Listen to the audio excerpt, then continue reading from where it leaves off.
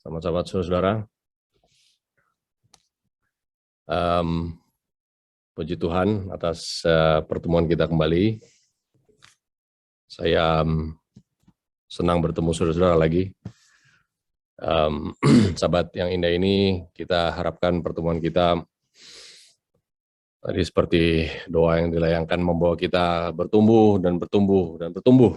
Ya, perjalanan Kristen adalah bukan tujuan, tetapi perjalanan yang secara terus-menerus berkesinambungan dalam pertumbuhan.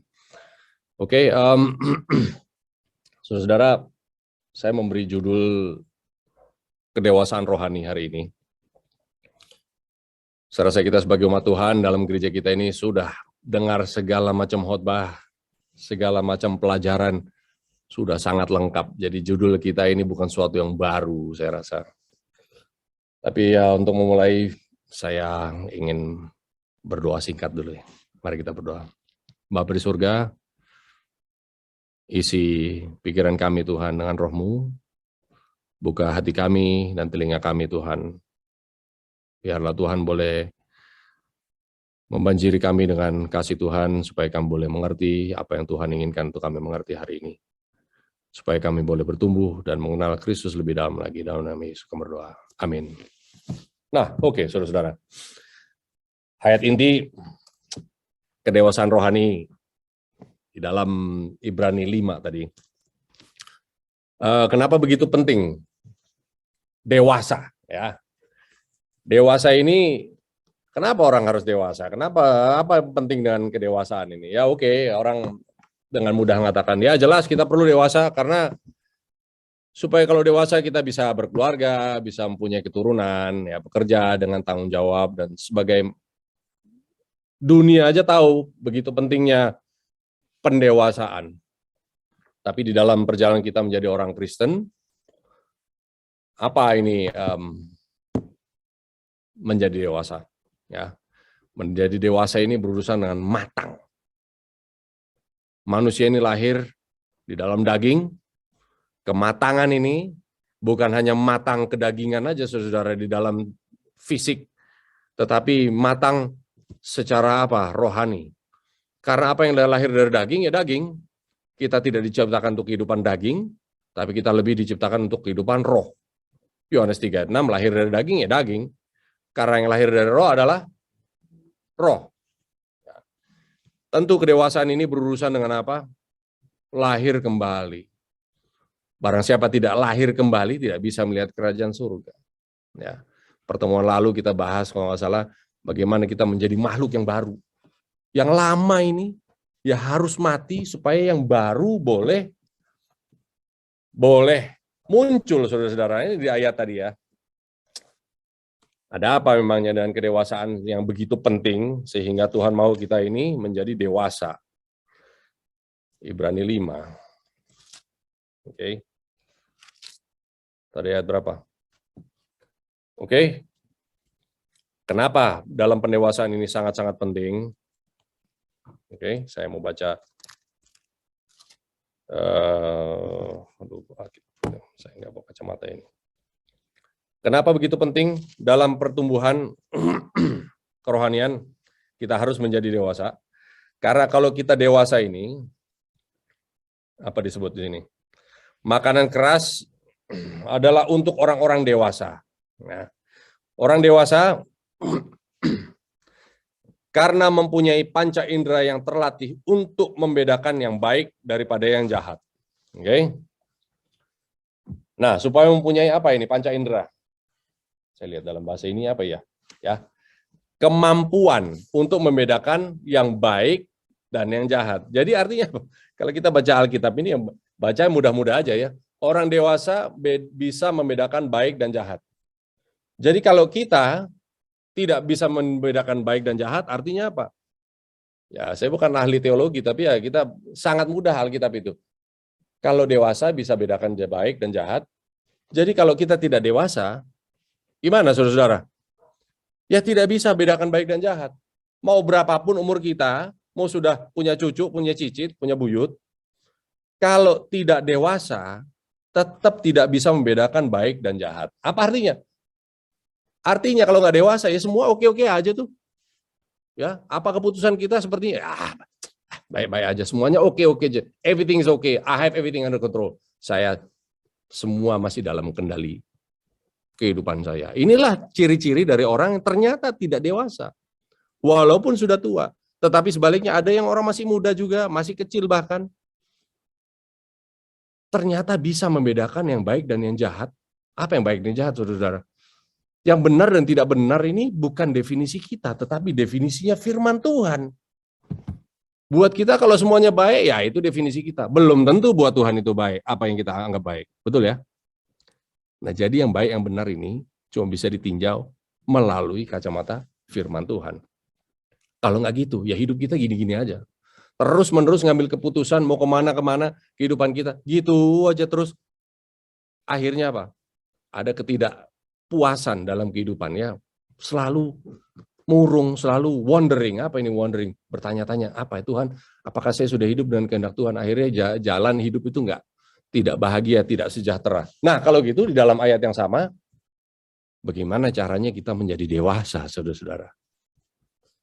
Ayat yang sama, supaya bisa membedakan yang baik, yang tidak, yang jahat, ada satu hal yang harus dilakukan, saudara-saudara. Supaya dewasa adalah harus makan makanan yang keras. Jelas kita nggak dikasih minum ASI terus, saudara. Kalau ASI atau susu itu ya cuma buat anak bayi. Kalau bayangkan kita minum susu terus sampai dewasa gimana? Mungkin sakit perut ya. Nggak bisa juga, nggak sehat juga. Susu itu bukan untuk orang dewasa. Nah, jadi makanan-makanan yang keras. Apa ini makanan keras, saudara-saudara? Sering kita bahas ya, saya sendiri pribadi sering bahas juga, mungkin saudara-saudara sudah sering dengar dari manapun, mungkin dari saya juga mendengar pembahasan mengenai makanan keras. Kita lihat dalam bahasa Ibrani ini trofe. Nah, bahasa Ibrani trofe, kita lihat apa artinya trofe. Dan di ayat mana muncul trofe. Makanan keras ini, trofe dalam bahasa Ibrani, paling tidak ditemukan dalam Matius 10 ayat 10. Saudara-saudara, kalau kita baca Matius 10 ayat 10, mana ini? Matius 10 ayat 10. Oke, Matius 10 ayat 10 bunyinya demikian. Oke. Bagian akhir. Oke, boleh baca dari pertama. Oke. Janganlah kamu membawa bekal dalam perjalanan, janganlah kamu membawa baju dua helai, kasut atau tongkat, sebab seorang pekerja patut mendapatkan upah. Sebab seorang pekerja patut mendapatkan upahnya. Upahnya ini ternyata datang dari apa? Kata yang sama, dari trofe. Jadi seorang yang bekerja patut mendapatkan trofe. Dalam bahasa Indonesia langsung diterjemahkan upah. Saya lihat versi lain Alkitab kita banyak mengatakan makanan juga. Buku King James, siapa yang bekerja layak dapatkan apa? Makanan. Nah, saudara-saudara, kalau begitu, bagaimana caranya kita mau dewasa? Bagaimana cara membedakan baik dan jahat?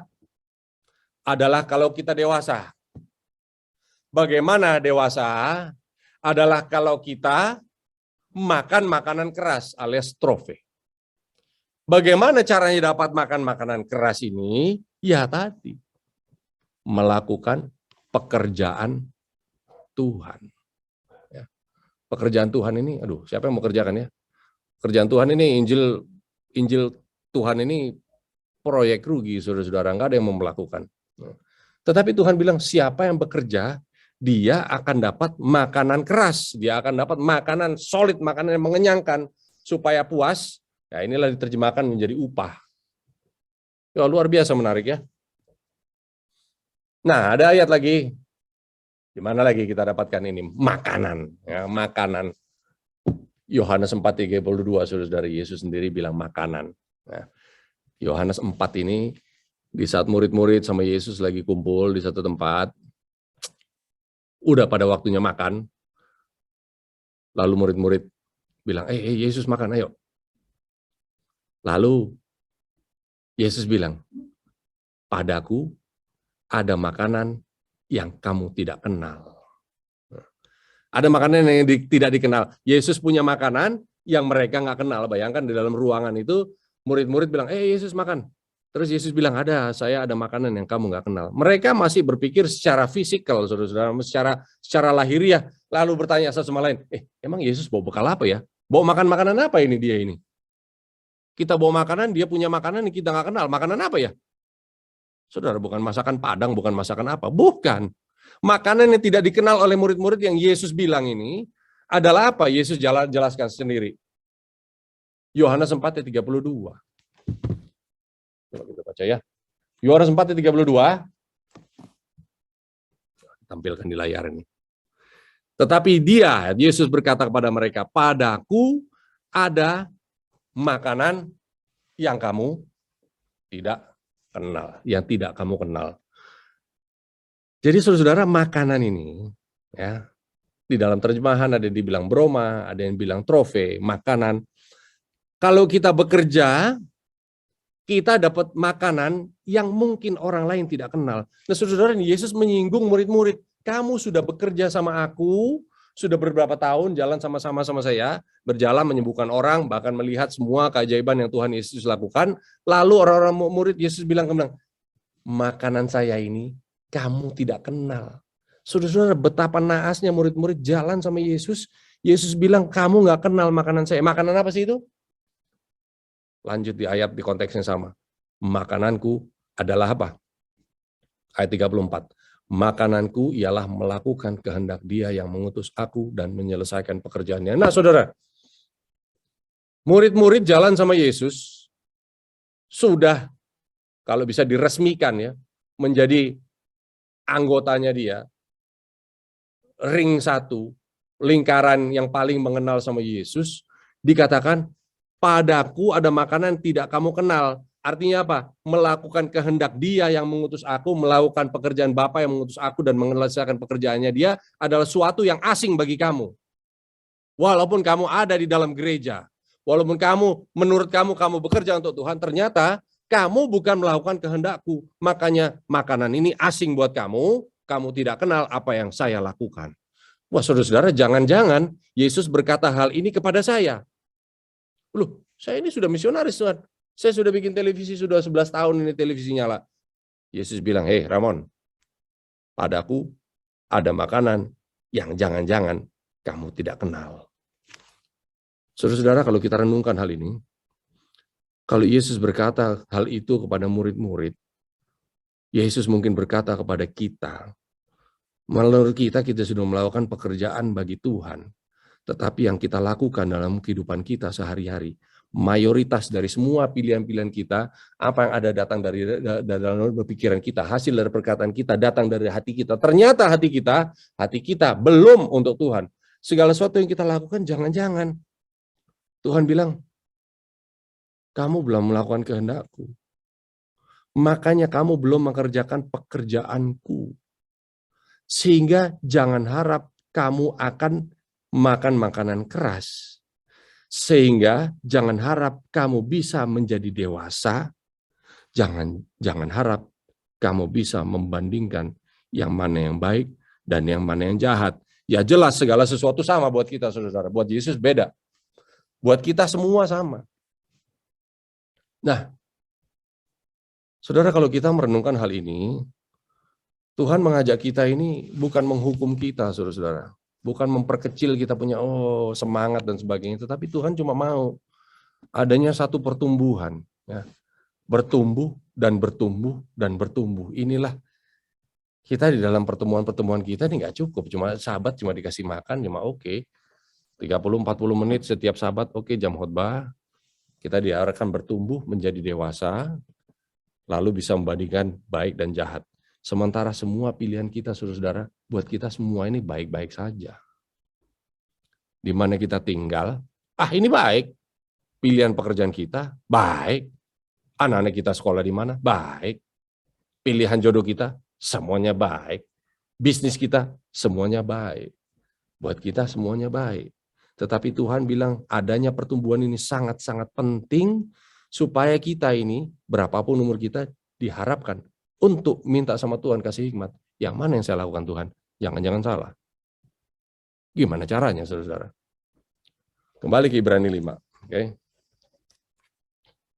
Nah, Ibrani 5 ini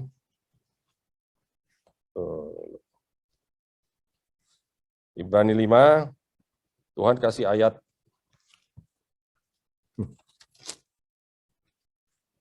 Buat saya ini menarik, saudara-saudara. Kalau kita lihat dari ayat 12, ya mundur dulu. Tadi ayat 14 kita jadikan ayat inti ya. Oke.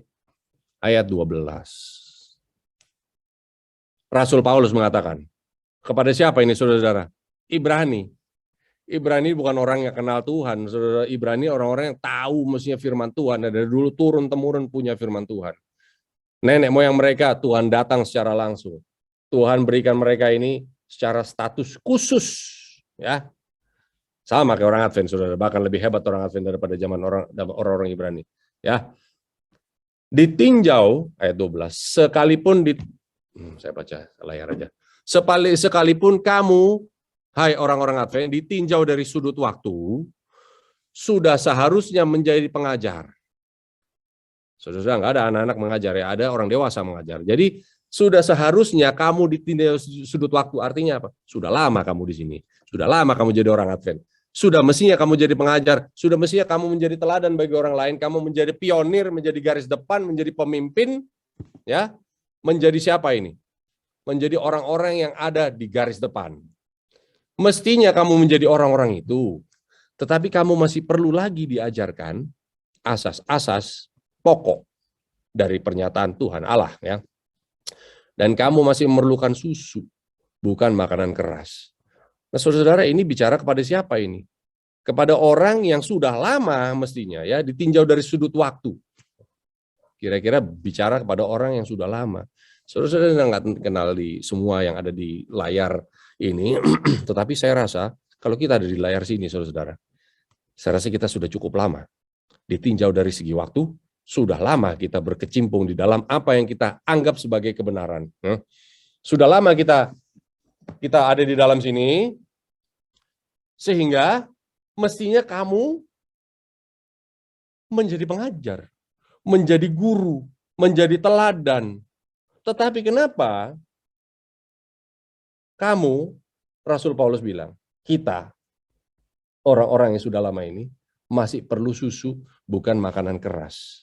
Sebab barang siapa, ayat 13, sebab barang siapa masih memerlukan susu, dia tidak memahami ajaran tentang kebenaran, sebab dia adalah masih anak kecil.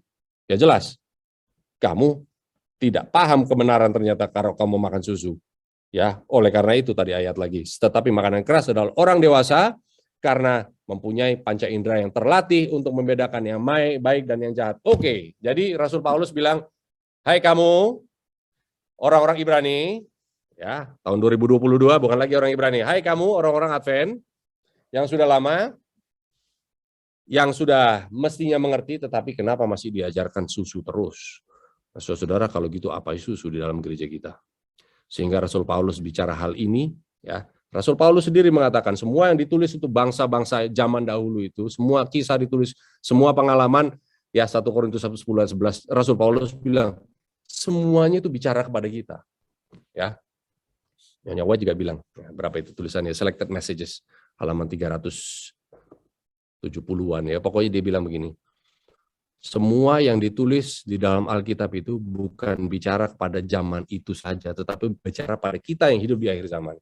Jadi Paulus tulis Ibrani bukan pada orang Ibrani aja, saudara, tetapi kepada orang-orang Advent yang hidup di tahun 2022 yang ada di layar kita ini sekarang ini. Okay? Jadi apa yang Rasul Paulus bilang kepada kita kalau gitu? Pasal 6 Ibrani ayat 1. Sebab itu, marilah kita tinggalkan asas-asas pertama. Ya, Ibrani 6. Sebab itu marilah kita tinggalkan asas-asas pertama. Ini sama ya dibilang apa tadi? Susu tadi. Apa ini? Susu adalah asas-asas pertama, asas-asas pokok. Ya. The first principles of the oracles of God. Asas-asas pertama. Ya. Bukannya salah, saudara-saudara. Tapi Rasul Paulus bilang tinggalin. Marilah kita tinggalkan asas-asas pertama dari ajaran. Ya, inilah susu. Tadi bilang susu adalah apa itu? Asas-asas pertama. Apa itu kalau dijabarkan secara luas? Marilah kita tinggalkan asas-asas pertama dari ajaran tentang Kristus. Saudara, apa salah belajar tentang Kristus? Ya nggak salah. Tetapi kenapa Rasul Paulus bilang tinggalin itu? Tinggalkan itu dan belajarlah apa? Dan beralih kepada perkembangannya yang penuh. Jadi jangan belajar cuma tentang Yesus aja. Beralih kepada perkembangan yang penuh. Apa ini susu, saudara-saudara? Susu adalah pelajarannya tentang Kristus. Kalau gitu makanan keras adalah apa? Beralih kepada perkembangan yang penuh. Belajar kenal siapa Yesus itu langkah pertama. Kita percaya Yesus yang melakukan keselamatan bagi kita, oke. Tetapi masuk ke dalam perkembangan yang penuh adalah apa? Melakukan sesuai dengan apa yang diperintahkan pada dia. Pertemuan lalu saya ingat-ingat kita bicara apa? Saya ingat sedikit bicara mengenai apa? Penurutan kepada Kristus. Sama seperti Petrus, lihat Yesus, kenal. Oh ya, Yesus bisa jalan di atas air. Ya oke. Ya Yesus kok. Nggak ada yang mustahil bagi Yesus. Tetapi masuk ke dalam perkembangan yang penuh, bukan hanya tahu Yesus yang sanggup berjalan di atas air, masuk ke dalam perkembangan yang penuh adalah apa, saudara-saudara? Punya kerinduan untuk sama seperti Yesus jalan di atas air. Makanya minta sama Tuhan, Tuhan, kalau itu kamu, pimpin saya untuk berjalan menuju kepada kamu, untuk bereksperimen apa yang kamu eksperimen. Inilah saudara-saudara, inilah makanan keras. Makanya melakukan kehendak Tuhan, bukan cuma berteori. Lanjut ya ayatnya. Ayat Ibrani 6 ayat 1. Nah, tinggalkan asas pertama, pelajarannya doang, teorinya doang ya. Jangan lagi, nah bagian berikut, janganlah kita meletakkan lagi dasar pertobatan dari perbuatan-perbuatan sia-sia. Apa ini artinya? Masa salah ngajarin orang untuk bertobat dari hal-hal sia-sia? Nggak salah, saudara-saudara. Apa salah ini ngajakin orang untuk dan dasar kepercayaan kepada Allah? Apa salah? Ya sehingga Rasul Paulus bilang, ya udah nggak, tinggalin lah. Ini asas-asas pertama ini. Tinggalkanlah perbuatan sia-sia, dasar-dasar kepercayaan kepada Allah.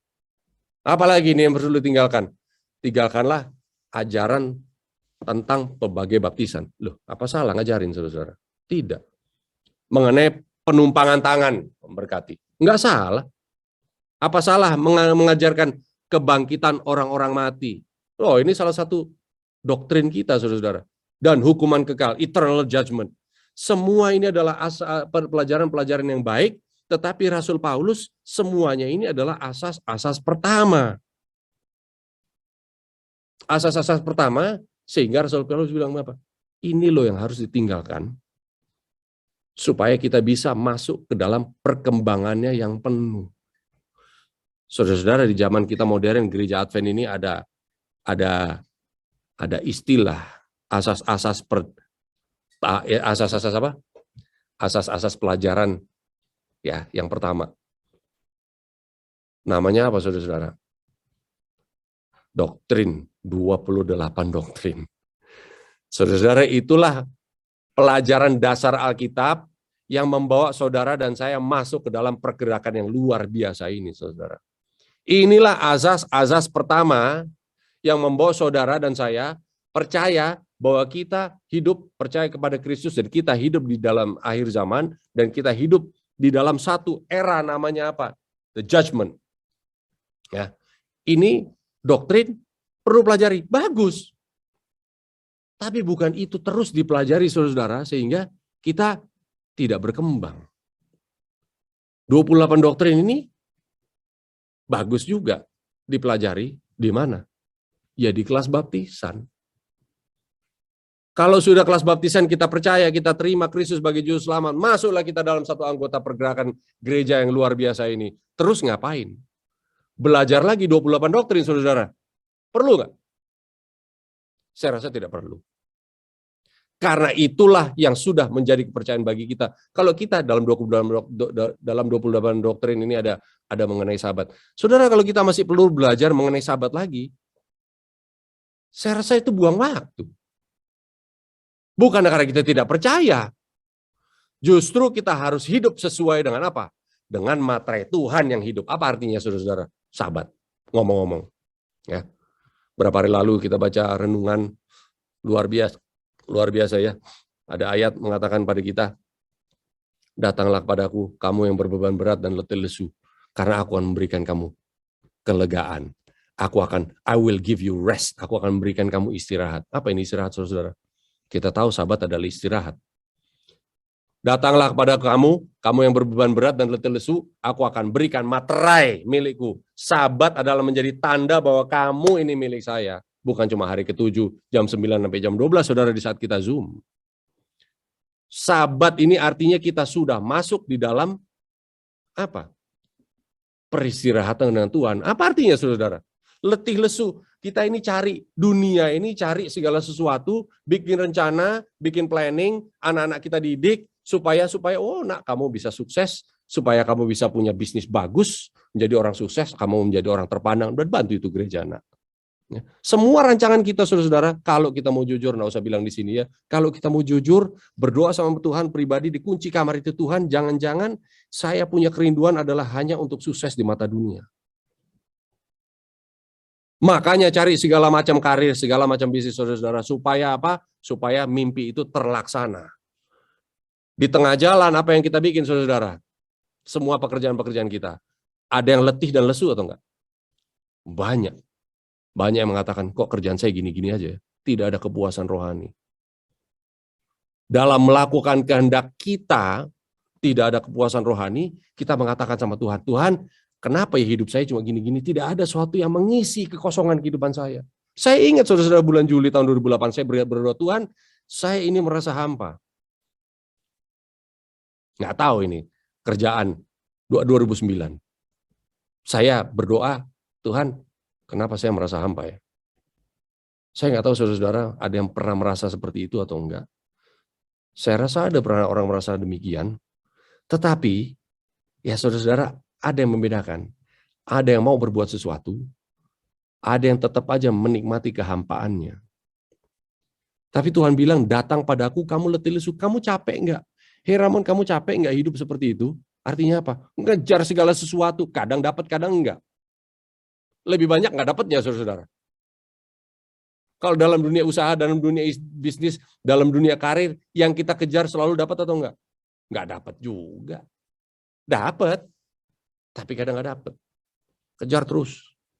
Sampai akhirnya capek. Nah, Tuhan bilang, nah itu.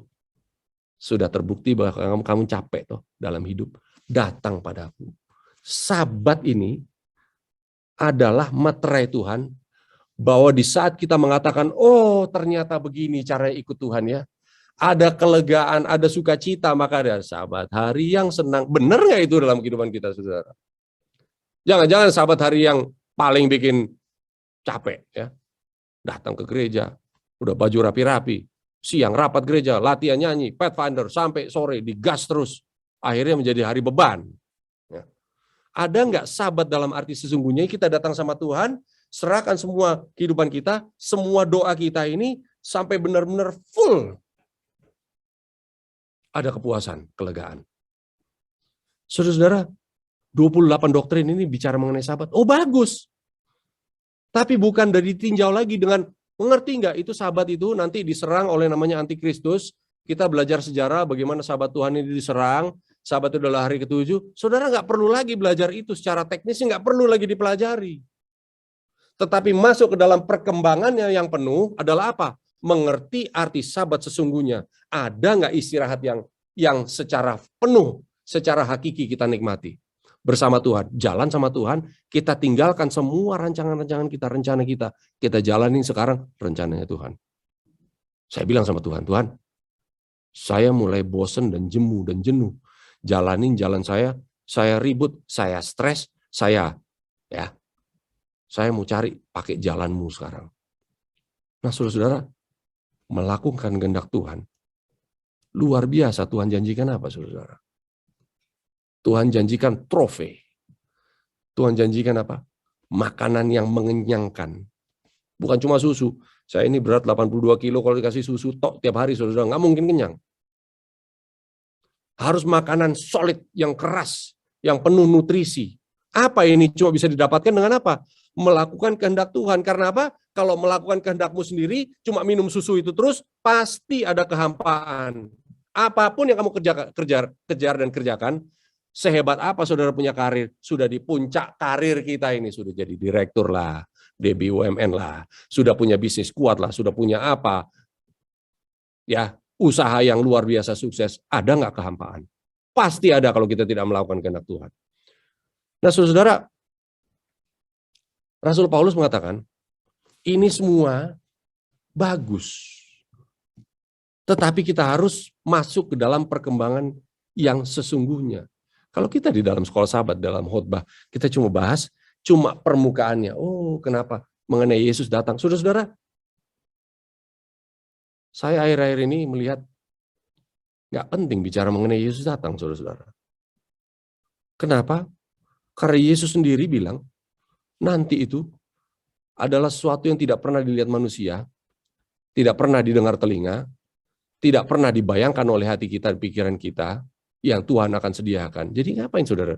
Ngapain kita coba-coba pikirkan sesuatu yang Tuhan bilang, kamu belum nyampe pikiran kamu ke sana.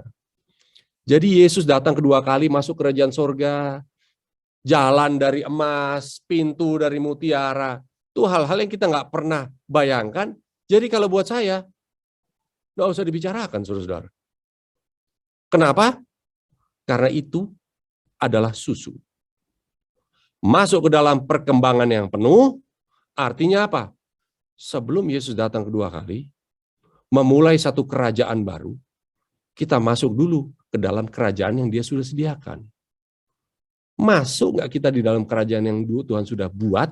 Kalau kita belum masuk ada di dalamnya, nggak usah bicara-bicara Yesus datang kedua kali, karena kita nggak akan ikut di dalamnya anyway. Kalau mau ikut masuk ke dalam kerajaan surga yang Yesus datang nanti, Matius 25:31, datang dengan awan-awan, semua malaikat ikut turun. Kalau kita mau masuk di dalamnya, ya masuklah dulu kerajaan yang Tuhan sudah sediakan bagi kita sekarang ini. Kerajaan kasih karunia yang Rasul Paulus bilang, masuklah kamu ke dalam perkembangannya yang penuh. Nah, saudara, kalau kita perhatikan dalam pertemuan-pertemuan kita, apakah diisi dengan semua hal-hal yang mengenyangkan kita? Pertemuan-pertemuan kita diisi enggak dengan hal-hal yang memang secara nutrisi seimbang dan padat, sehingga kita nggak merasa kayak kita minum susu. Saudara-saudara, sesungguhnya pertemuan kita ini tidak bisa diisi dengan hal-hal seperti itu. Oleh karena itu Tuhan mau kita melakukannya sendiri. Kita datang sama Tuhan, ya. Kita datang sama Tuhan, Tuhan, kalau yang saya lakukan ini bukan pekerjaan saya, berikanlah saya suatu apa? Suatu kehidupan yang baru, yang mengenyangkan. Saudara, mengenyangkan bagi kita ini bukan di saat segala sesuatu sesuai dengan kedagingan kita. Tetapi yang mengenyangkan ini akan sesuai dengan apa? Dengan kehidupan roh. Saya masuk ke dalam satu pekerjaan yang saya tidak kenal sebelumnya. Yang saya kenal sebelumnya ya kita orang industri, saudara, orang bisnis. Yang tahu adalah gimana modal sekian dikerjakan, nanti hasilnya jadi keuntungan. Ya itulah orang bisnis. Ada modal sekian, diputer, diolah jadi apa, segala macam cara, nanti uangnya ini berkembang, jadi membesar. Ya betul ya? Tapi kalau pekerjaan Tuhan, saudara-saudara, apa yang kira-kira? Modal kita sekian, kita buang dalam pekerjaan Tuhan, bukan berkembang, saudara-saudara. Hilang malahan. Apa Tuhan bilang? Ya, lay up your treasure in heaven.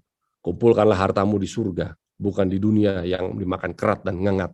Nah, ini bertentangan sekali dengan proses yang saya percayai, dengan proses pemikiran yang saya pelajari dulu sampai sekolah, coba tinggi-tinggi. Bertentangan, saudara. Apa yang Kristus lakukan, kehendak Tuhan ini sangat berbeda. Sehingga saya bilang di saat saya mau coba cara saya, capek kita. Sampai letih lesu, sampai mentok, sampai bongkok-bongkok, sampai kita punya organ, sampai rusak-rusak, mengejar segala cita-cita kita. Belum juga datang sama Tuhan. Sampai saya bilang, Tuhan, sebelum terlambat saya mau datang pakai caramu.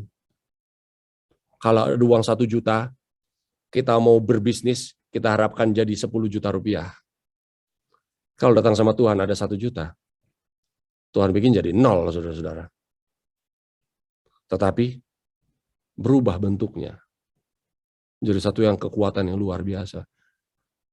Nah, saudara mengerjakan pekerjaan Tuhan. Saya ingat dalam televisi kita, ya kita punya televisi, puji Tuhan ya saudara-saudara, bulan Maret ini persis sudah berapa ini? Sudah 11 tahun kita mengudara. Sudah 11 tahun bulan demi bulan dapat serangan jantung karena apa? Ditagih, saudara-saudara. Tagihan untuk di televisi satelit ini ya luar biasa ya.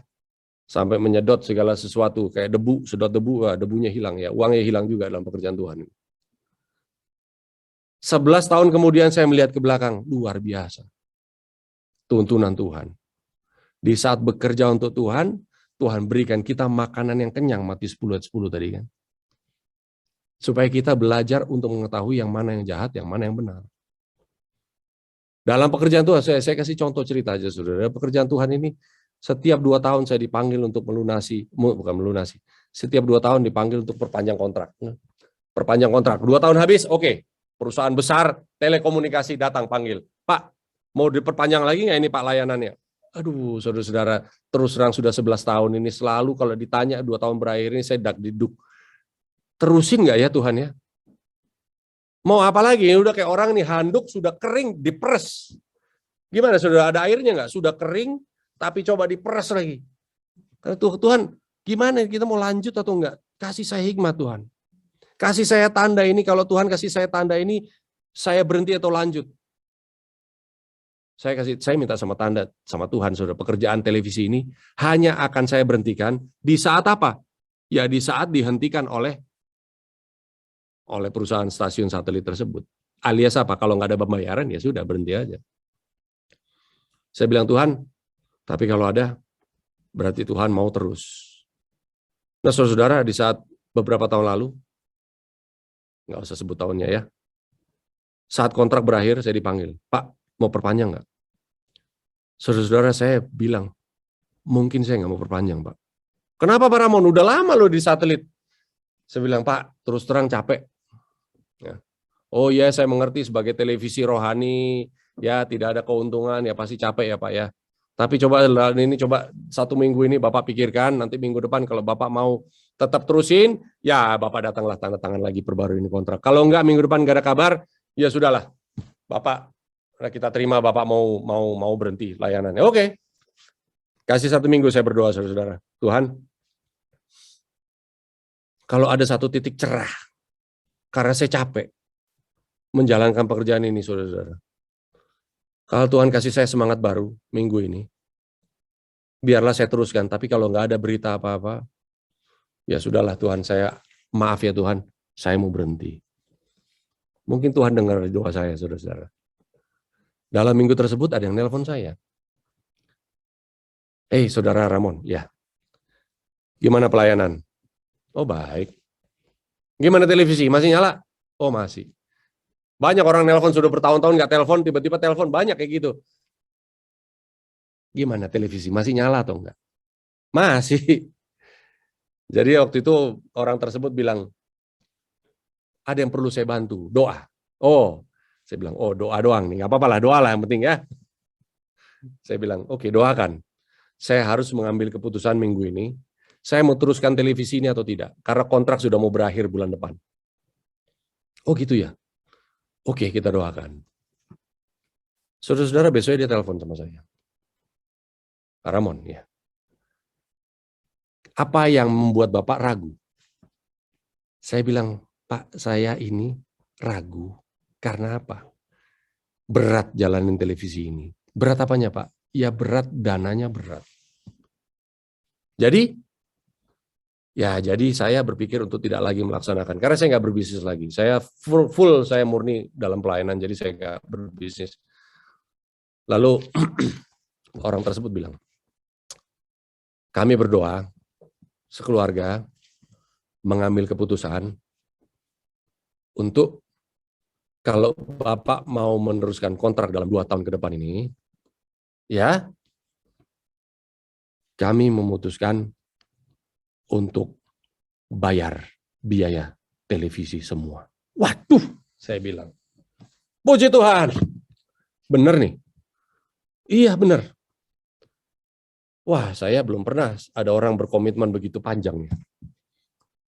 Saudara, karena telepon tersebut, langsung saya telepon perusahaan satelit. Pak, saya sudah ambil keputusan Pak, dalam minggu ini, bahwa saya mau terusin. Oh, senang mereka. Oke, nggak apa-apa, kita siapkan kontrak. Saat siapkan kontrak, saudara-saudara, disiapkan, saya datang, saya tanda tangan, berjalan lagi saudara-saudara, tagihan demi tagihan. Apa yang terjadi dengan orang yang menjanjikan tersebut? Belum bayar sekali juga belum, saudara-saudara. Saya nggak mau telepon. Nggak enak dong, ya. Ngapain diingetin lagi? Karena dalam bulan yang sama, orang tersebut bilang sama saya, Pak, maaf ya, yang saya rencanakan untuk bisnis yang tadinya saya kira berhasil, ternyata tidak berhasil. Saya bilang, Pak, puji Tuhan, karena Bapak telepon saya kasih semangat, bukan kasih saya uang, Pak. Semangat dari Bapak itu jauh lebih perlu daripada uang yang Bapak janjikan. Kalau nggak ada semangat dari Bapak, saya nggak tanda tangan kontrak itu. Tapi karena Bapak bilang kasih semangat, saya pergi langsung besok saya tanda tangan, Pak. Tapi puji Tuhan, itulah rezeki yang Bapak sudah berikan pada saya. Jadi saudara-saudara, apa artinya ini? Kadang-kadang bekerja sama Tuhan itu, saudara-saudara nggak selamanya menyenangkan. Tetapi apa yang terjadi? Walaupun itu tidak datang, itu uang dan dukungan, saudara-saudara, sudah berapa tahun pun kita masih jalan pekerjaan kita di sini. Itu adalah hanya karena apa? Karena Tuhan mau kasih lihat sama saya, hey Ramon, taste and see that the Lord is good. Lihat dan kecaplah betapa baiknya Tuhan itu. Walaupun kamu lemah iman sampai kamu harus nunggu telepon, ini saya bawa ini orang supaya telepon kamu, janji hanya supaya besok kamu datang tanda tangan itu kontrak, belum tentu duitnya dari dia. Oh iya, begitu ya Tuhan. Sama saudara-saudara kemarin bulan November, ya saya cerita sedikit. Bulan November ada yang telepon sama saya, saudara-saudara. Saudara Ramon, ya. Saya pernah ingat bahwa Anda cerita Anda seorang pilot. Oh iya, saya bilang. Saya bukan pilot profesional, cuma saya ngambil sekolah izin pilot. Saya pergi ke Inggris dulu tahun 2012, pengen belajar terbang supaya saya berharap Tuhan kasih saya pesawat untuk kita terbangkan, karena kita televisi, kita kadang-kadang ditelepon sama orang-orang yang jauh dari pulau-pulau, gunung dan sebagainya. Saya punya cita-cita gila, saudara-saudara. Saya mau beli pesawat. Saya mau punya pesawat supaya saya bisa kunjungi orang-orang penonton. Apa yang saudara-saudara terjadi? Bulan Oktober kemarin saya ditelepon, Ramon, saya dengar waktu itu kalau tidak salah Anda pernah cerita, Anda punya cita-cita untuk membuat satu program penerbangan. Oh iya. Masih punya kerinduan seperti itu? Wah, saudara-saudara, masih. Cuma dananya belum ada. Dan saya sibuk dengan televisi, saya bilang. Lalu dia bilang gini, saya punya dana untuk membeli pesawat dengan budget sekian. Silakan Anda cari. Waduh, saya bilang, kalaupun ada uang, mungkin udah berapa tahun kemudian saya nggak mikir lagi pesawat, saudara-saudara. Karena pekerjaan Tuhan yang lain fokusnya cukup besar. Saya nggak ada waktu dan energi lagi untuk mikirin pesawat. Tetapi pada saat itu, pada minggu yang sama, di saat saya ditawari itu juga, saya juga sedang ditawari oleh seorang teman yang ada di Indonesia di sini. Ya, ada di Jawa Tengah. Dia bilang, bro, ini bukan orang Advent. Kan lu udah berapa tahun bicara-bicara mengenai pesawat. Ya, ini saya punya teman, kebetulan punya pesawat kecil, mau dijual. Waduh, saya langsung bilang, Tuhan, jangan-jangan ini. Saya bilang sama Tuhan, Tuhan, sudah cukuplah pekerjaan Tuhan yang ini, televisi nggak bisa kepegang 100%, Tuhan mau kasih lagi pesawat. Orang mau danain pesawat, iya. Tetapi saudara-saudara, saya bilang, Tuhan, saya nggak mau memperkecil pekerjaan Tuhan. Saya bilang sama Tuhan, oke. Kalau begitu saya sambungkan ini dengan orang yang tadi yang telepon juga, saya sambungkan. Kalau memang jalan Tuhan, biarlah ini semua terjadi. Walaupun dalam hati, saudara-saudara, saya mikir-mikir, kalau ada sumbangan, kalau ada yang mau bantu, yang mau bantu pekerjaan yang sudah berjalan, nggak usah lagi pikir-pikir pekerjaan yang baru. Karena apa, saudara-saudara? Berat. Setelah dihubungkan, apa yang terjadi? Yang mau bantu pesawat dengan yang jual pesawat, akhirnya terjadilah itu. Sekarang pesawat itu sudah terbeli dan pesawat itu milik saya sekarang. Tuhan kita ini luar biasa, saudara-saudara. Jadi sejak November, saya ngurus-ngurus sambil geleng-geleng kepala. Sejak November, terus Desember saya pergi ke Amerika, belum sempat terbang pesawat, tapi sudah 10 jam saya terbangkan itu pesawat. Saya pikir, Tuhan, pekerjaan apa lagi ini yang Tuhan mau kasih sama saya? Karena saudara-saudara, yang mau kasih pesawat, cuma kasih pesawatnya aja. Bensinnya belum, asuransinya belum, perawatannya belum, parkirannya belum, dan semua perizinan-perizinan belum. Dari November sampai sekarang udah ngeluarin banyak, sebenarnya dikasih pekerjaan itu bukan menyenangkan. Jadi beban, saudara. Sama dengan televisi. Tahun 2011, siapa mau bikin televisi? Oh, angkat tangan. Siapa yang mau danain ini televisi? Oh, yang angkat tangan, nggak ada yang mau angkat tangan lagi, saudara. Dikira kalau memang mau melaksanakan pekerjaan, oh nanti banyak yang sumbang. Enggak, saudara-saudara. Tetapi puji Tuhan, karena apa? Di saat kita pergi melangkah maju masuk dalam pekerjaan Tuhan, 11 tahun Tuhan jaga nih televisi, kalau Tuhan kasih pesawat untuk kita terbangkan, 11 tahun ke depan pun Tuhan pasti akan jaga, saudara. Artinya apa? Lakukanlah, coba dan kecap betapa baiknya Tuhan itu. Saudara kalau pergi ke gym apa ini? Pergi ke fitness, ya mungkin angkat 5 kilo, wah lah, berat, malas kita. Tapi habis angkat 5 kilo, oh sudah jadi ringan. Tapi kalau kita nggak latih, tidak tambah bebannya, otot kita juga nggak bertumbuh-bertumbuh. Tuhan mau kita punya otot rohani yang bertumbuh, makanya Tuhan kasih 5 kilo hari ini, sudah biasa, nanti minggu depan Tuhan kasih mungkin 7 kilo. Minggu depannya lagi Tuhan kasih 10 kilo. Tidak berhenti, saudara-saudara, beban itu bertambah banyak. Tetapi dengan bertambahnya banyak itu beban, semakin kita kenal siapa Tuhan yang kita sembah. Ternyata, saudara-saudara, ikut Tuhan itu, hasilnya adalah apa? Kita akan mempunyai kekhawatiran yang bertambah. Tetapi di saat kekhawatiran yang bertambah itu, kita serahkan semuanya kepada Tuhan, bukan serahkan kepada orang-orang, saudara. Mungkin gampang telepon. Oh, banyak ini orang-orang yang punya uang ya, donor-donor, tinggal ditelepon pasti mau bantu. Satu kali pun saya tidak pernah telepon orang. Pak kasih proposal, nggak pernah, saudara-saudara. Karena apa? Malu kita mesti tanya proposal, minta sama orang, kalau orang itu bilang, loh, memangnya kamu nggak punya uang? Kamu kasih proposal, kan di kantongmu masih banyak. Kita minta sama Tuhan, Tuhan berikan berkat ini, karena saya punya pekerjaan ini loh Tuhan, televisi loh Tuhan butuh duit. Sekarang lagi ada pesawat, Tuhan ini butuh duit, Tuhan kasih. Tuhan bilang, loh, kan sama kamu masih ada. Ya tapi nggak banyak Tuhan, sudah tinggal sedikit. Tinggal segini-segininya. Tuhan bilang, taste and see that the Lord is good. Tuhan kasih kita jalan, Tuhan punya 1000 macam jalan, kita tidak punya satu jalan, saudara. Gitu. Ada orang tahun lalu telepon saya, Pak Ramon, iya. Siapa ini ya? Wah, nggak ingat saya ya. Maaf, siapa ya? Ini saya, ini. Pak, keluar sekarang punya rekening bank berapa, Pak? Loh, kenapa? Sudah 18 tahun, sudah 17 tahun lalu, saudara.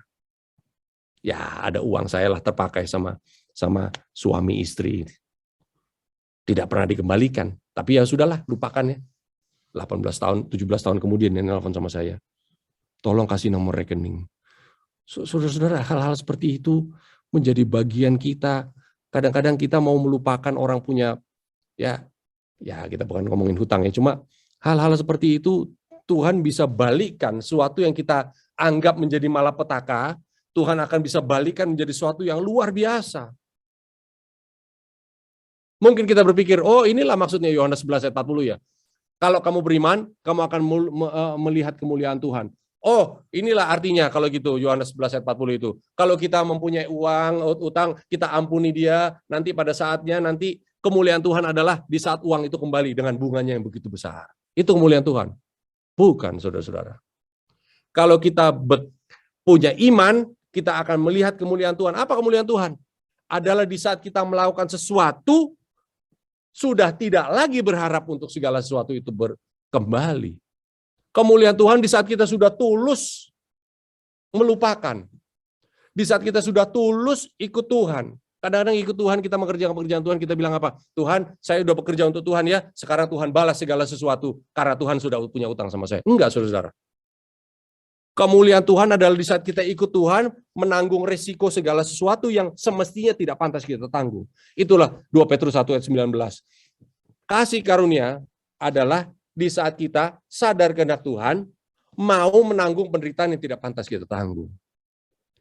Nah, saudara-saudara yang ditunggu oleh Tuhan, di dalam gereja Masih FNR ke-7 ini, adalah orang-orang yang mau makan makanan keras. Yang mau melakukan pekerjaan Tuhan, melakukan misi Kristus tanpa minta imbalan apa-apa. Petrus mengatakan, 2 Petrus 1:20 kemudian dikatakan, apalah kalau kita bersalah terus kita dihukum. Biasa itu. Tapi kalau kita melakukan suatu yang kebenaran, tetapi kita dihukum, disitulah kasih karunia. Disitulah kita mengerti, oh ini ya caranya Tuhan. Bukan Tuhan mau kita menderita, saudara-saudara. Tapi Tuhan mau menggantikan kita dengan apa? Dengan trofe tadi. Apa ini trofe? Upah, makanan, kedewasaan, yang kemudian bisa membuat kita ini, kita secara sensitif datang sama Tuhan, membedakan yang mana yang baik, yang mana yang salah. Datang kepada Tuhan dalam mengambil keputusan, mau berbisnis, mau tinggal di mana, mau anak sekolah kita mau di mana, mau pekerjaan apa, mau karir di mana, mau apply, mau jodohnya siapa. Segala sesuatu kita pakai kacamata apa? Kehendak Tuhan. Jangan kehendak sendiri yang dipakai. Supaya kita tahu yang mana yang baik, yang mana yang jahat. Inilah orang dewasa rohani. Mau pakai keputusan, menyerahkan semuanya. Ada nggak saudara-saudara kita berdoa, Tuhan, ambil kehidupan saya, dan rubahkan. Nggak sedikit-sedikit. Seluruhnya. Kehidupan saya ini, saya siap dirubahkan. Semua keputusan saya ini, hanya untuk Tuhan. Adakah doa seperti itu keluar dari mulut kita? Saudara, saya mau tutup dengan satu ini, ya. Saya lihat waktu berjalan cepat. Lukas 6 ayat 47. Ya. Supaya kita tahu apa sih yang diinginkan oleh Tuhan. Oke. Semua ayat-ayat berkaitan, semua saudara yang nggak usah kita cari interpretasi atau apa ahli-ahli untuk mengartikan Alkitab. Semuanya berkaitan. Lukas, ini Yesus mengatakan, setiap orang yang datang padaku dan mendengar perkataanku, ya, siapa di sini datang mendengar perkataanku? Oh, semuanya kita, saudara. Mendengar asas-asas pokok dari pernyataan Tuhan. Mendengar penjabaran 28 doktrin yang luar biasa hebat. Ya. Tetapi serta melakukannya, ayatnya ya. Setiap orang yang datang kepadaku mendengar siapa Yesus, mengerti apa ini pelajaran-pelajaran, tetapi bukan hanya mendengar dan mengerti, tetapi melakukannya. Aku akan menyatakan kepadamu dengan siapa dia disamakan, ya. Yesus bilang apa? Dia sama dengan orang yang mendirikan rumah. Orang itu menggali dalam-dalam dan meletakkan dasarnya di atas batu. Apa ini, saudara? Lukas 16 kalau nggak salah ya, Yesus bilang itu, nggak usah ke sana dulu, saya lupa ayatnya. Hai Petrus, aku akan mendirikan gerejaku di atas Petra ini. Hei Petrus, kamu nih kerikil kecil. Tetapi aku akan mendirikan gerejaku di atas batu ini. Yesus menunjuk pada dirinya sendiri. Apa ini? Petra adalah batu karang yang besar. Ya. Orang yang mendengar dan melakukan adalah seperti orang yang menggali, taruh fondasi di atas rumahnya. Bukan cuma teori, saudara-saudara. Ketika datang air bah dan banjir melanda rumah itu tidak dapat digoyahkan karena rumah itu dibangun di atas Kristus. Apa ini banjir? Apa ini angin ribut, saudara-saudara?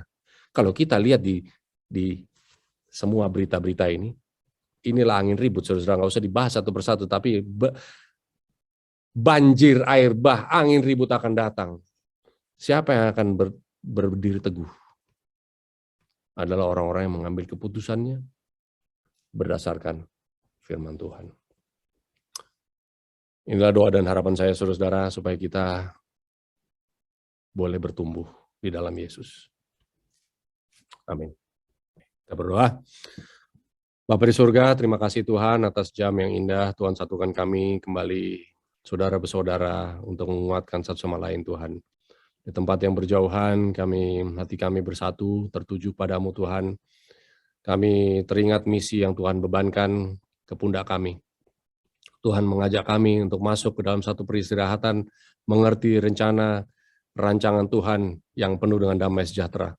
Supaya kami meninggalkan semua rencana-rencana kami sendiri, Tuhan.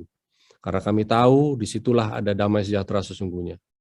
Boleh jadi kami sudah menjalankan kehidupan kami yang letih lesu ini, Tuhan. Mencari jalan-jalan kami sendiri. Tapi Tuhan pegang tangan kami sekarang ini, Tuhan. Karena kami melihat inilah waktunya di mana Tuhan akan memunculkan suatu umat yang luar biasa. Supaya seluruh dunia matanya tertuju kepada umat tersebut. Sehingga umat tersebut yang akan menyelesaikan pekerjaan Tuhan terakhir kalinya supaya Yesus boleh datang.